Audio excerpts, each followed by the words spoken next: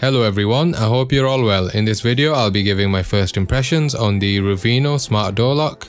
I've had it installed for about a week and I'm ready to go over my initial thoughts. As always, timestamps and links to purchase are in the description.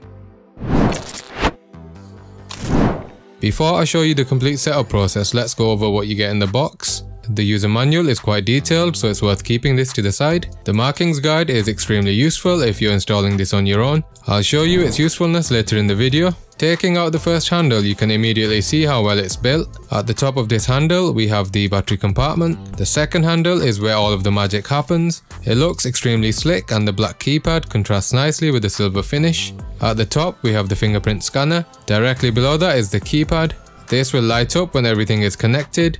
At the bottom of the handle, we have a panel that gives you access to the physical key slot and a micro USB port. I'll show you this in a later section, so stay tuned.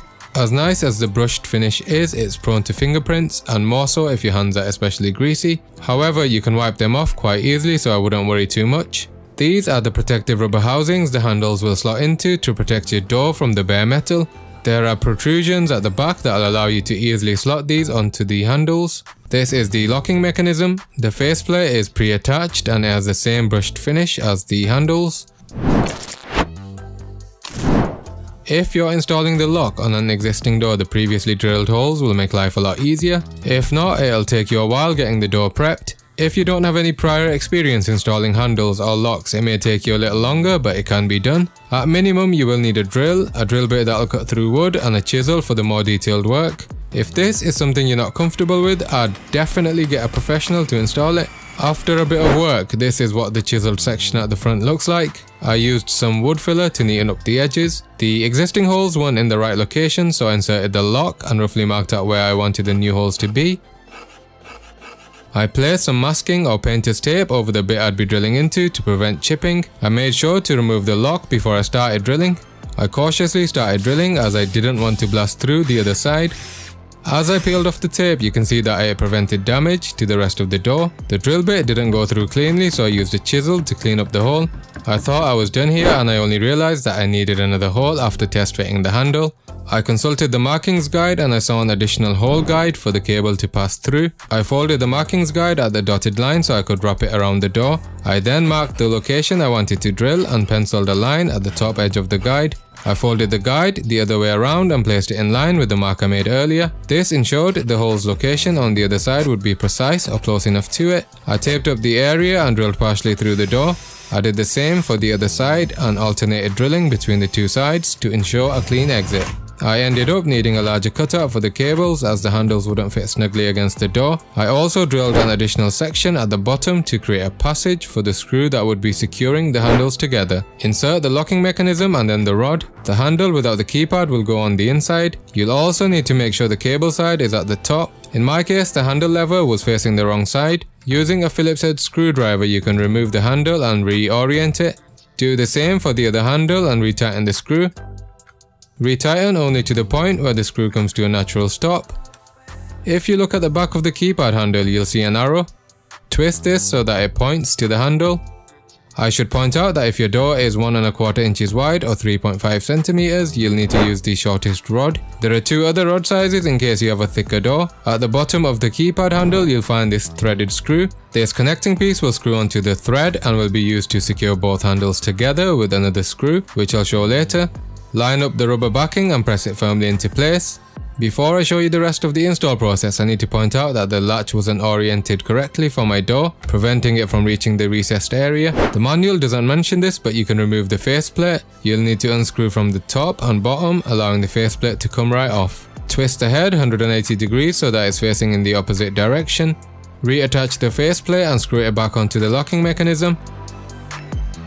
And this is what it looks like with the curved side facing the outside. Another setup tip I can provide is in relation to the rod. If you look at the rod, you'll see a small hole. Line the hole on the rod with the hole on the insertion point at the back of the handle. Use this pin to secure the rod in place. This will prevent the rod from moving within the handle. Now we're on to the home stretch. Insert the cable through the hole and hold the keypad handle against the door. Install the internal handle and at the same time hold the external handle in place.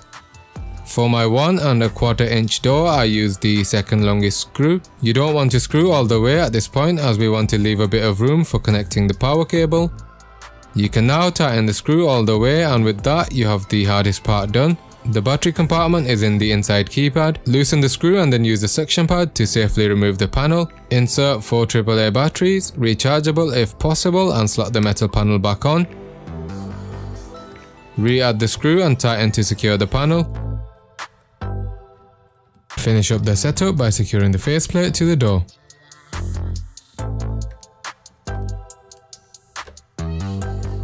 Download the TT Lock app from the iOS App Store or the Play Store if you're on Android. Register an account and continue. Hit the plus button in the app and select the door lock option. Touch the keypad to put the lock into pairing mode. Please add a Bluetooth administrator. Hit next and it should take but a few seconds to register the lock. Adding administrator successful. Rename the lock and you're good to go.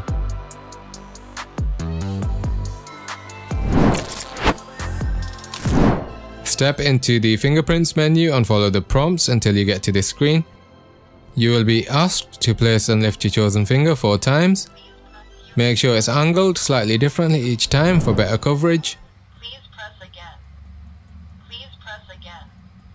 Please press again. Input successful. If your finger isn't registered, the lock will audibly let you know with an operation failed message. Operation failed. Unlocked. With a registered finger or thumb, the handle will unlock extremely quickly. I've not timed it, but the product page for the lock states that it only takes half a second to identify your fingerprint. I've not measured this in any scientific way, but from my usage over the past week, it has been rapid. There is one caveat to this, which I'll demonstrate now. If your finger is even a little bit wet, the scanner will fail to identify it. Operation failed. Now when I dry off both my thumb and the scanner, it recognizes my thumb immediately. You also have the option of unlocking via a radio frequency or RF card. You get 3 in the box and getting them set up in the app is fast and simple. Head into the cards menu, then add card and give a name to the RF card. The lock will then prompt you to scan the card. Please swipe your card. Scan it and you're done in a matter of seconds. Input successful. As is the case with the fingerprint scanner, unlocking with the card is just as, if not faster. Be sure to place the RF card near the card text when you're unlocking via this method. Anywhere else and the card will not be recognized. The lock will acknowledge the RF card even if it's not directly touching. You can also generate a passcode. This is useful in cases where a trusted party needs access to the room and they don't have a finger registered or an RF card. When generating a passcode, you have a multitude of options. You can either create a permanent, a timed, a one-time, a custom, a recurring, or an erased passcode. When you generate a standard passcode, you can't choose your desired sequence at the beginning. You'll have to generate the passcode, then hit the passcode field and set a new value. If you've never used the generated passcode, you won't be able to change it. As long as you've used the passcode at least once, the update will succeed.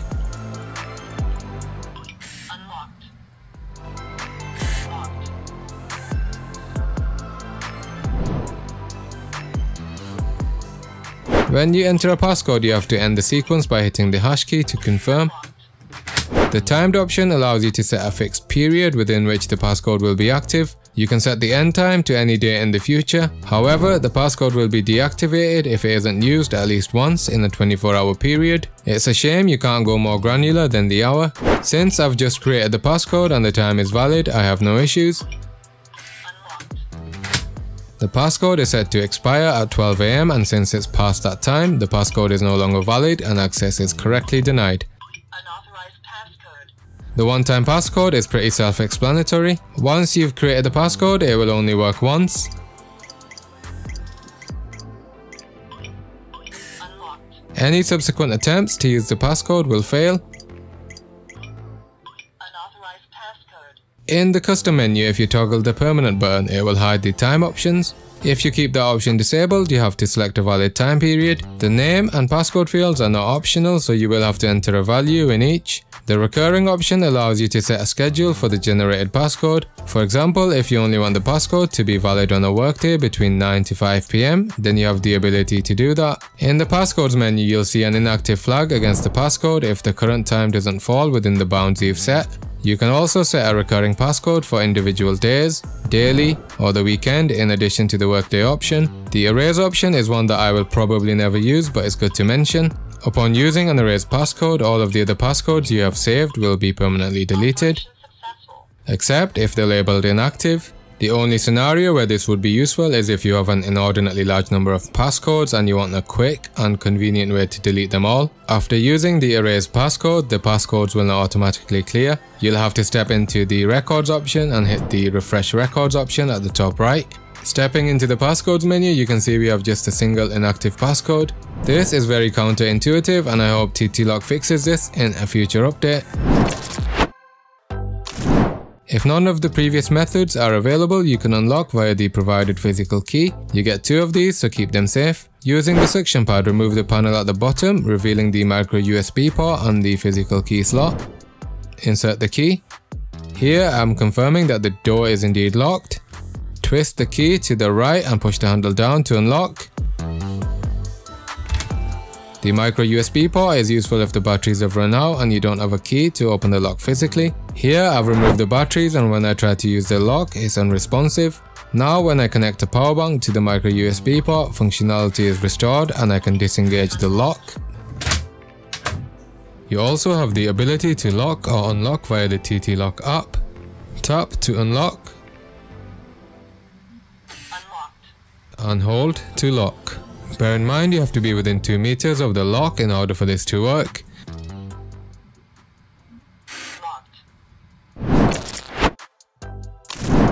Now I'll mention some annoyances. The first is that the lock is too close to the edge of the door, so depending on which finger you use to unlock, it can be a little awkward to open. A good rule of thumb, excuse the pun, is to use a finger from the opposing hand. For example, if the lock is installed on the right side of the door, using a finger or thumb from your left hand will work better. For the left side of the door, the right hand will be your go-to. The handle on the inside doesn't sit flush against the door at the top. It is a small gap and it isn't immediately visible, so I'm not too concerned about this. Alexa and Google Home Access isn't built in and you will need to purchase the Ruveno gateway in order to unlock this. The gateway will set you back £50. Overall conclusions are that it looks fantastic if a tad bulky. The unlock options are nice and have been responsive in the week I've had the lock, touch wood. I will be doing a long-term review and I will include more information about the gateway in that video. I'll also be measuring the battery life and general performance over a longer time span, so please do consider subscribing if you don't want to miss that. If you enjoyed this video, then you'll like the video I did on the Ajax Smart Blinds motor, which I've linked in a card. Thanks everyone for watching, see you in the next one.